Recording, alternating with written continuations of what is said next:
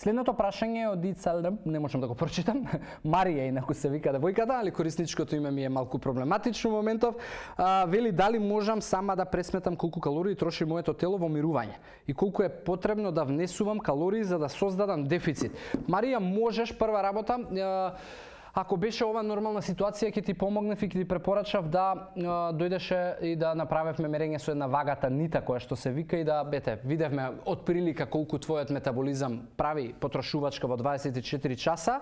Во овој случај опцијата ти е Google, да пишеш калории, не знам, да едноставно да најдеш калкулатори кои што пресметуваат потрошувачка на калории и твојот базален метаболизам, значи пиши metabolic rate калкулатор на Google и ќе ти извади опции, ќе го пресметаш приближно, но моментот да одиш со дефицит на твојот базален метаболизам по мене е опасен.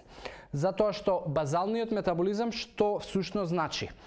Базален метаболизам значи дека ако не знам, можеби 1500, и тоа подразбира дека твоето тело денес ќе потроши 1500 калории, макар ти да лежиш и да трепкаш цел ден. Затоа што базалниот метаболизам и најголемата потрошувачка на калории во телото се случува на 4 места. Тоа е мозокот, бели дробови, срце и дигестивен систем, кои што трошат некаде 70 до 80% од твојот базален метаболизам. И ти доколку од базалниот однесеш дефицит, тоа е веќе голем проблем и сериозно му наштетуваш на телото и на твојот метаболизам да се снабдува со основниот градежен материјал. И тоа е страшно погубна стратегија за слабење.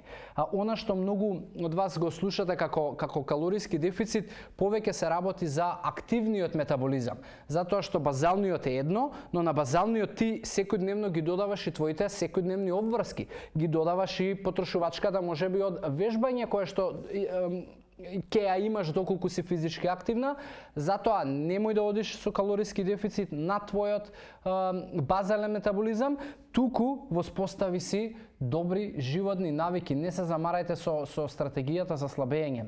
Сам константно ова го зборувам, ама не барајте начин како да слабеете, туку барај начин како да не се дебелееш, како да не се создаваат проблеми. Тоа е многу поодржлива стратегија отколку некои шорткати да најдам у еден месец како да направам рез и да видам бројки на вага, а веќе следниот месец да се вратам таму кај што сум бил, дури можеби да отидам во полоша ситуација, така да не би те советувал да одиш со дефицит на базален метаболизам. Ако ти треба помош, обрати ми се назад, ќе се обидам да ти додадам уште некои насоки, да те поврзам можеби со луѓе кои што го минеле твојот пат.